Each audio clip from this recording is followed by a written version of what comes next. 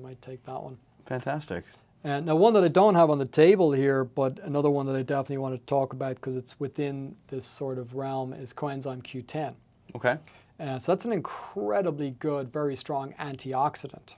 And this is another one that's going to have benefits both with like, for instance, blood pressure. Again, noticeable drops in systolic and diastolic blood pressure. Like we're talking about 10 to 15 points just by taking the coenzyme Q10. Yeah. And I think that would be around 200 milligrams a day that you take of that. And again, all around for metabolic health. I think it will reduce, for instance, your LDL cholesterol by, could be 10 to 12%. So again, considerable.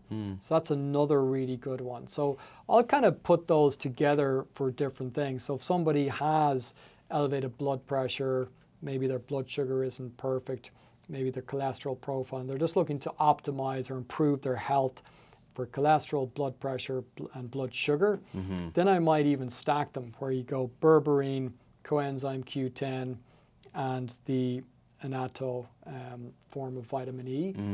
Then you stack those three together and wow, your metabolic health will be amazing. Wow. Then again, the nitric oxide, you could even throw that in there as well.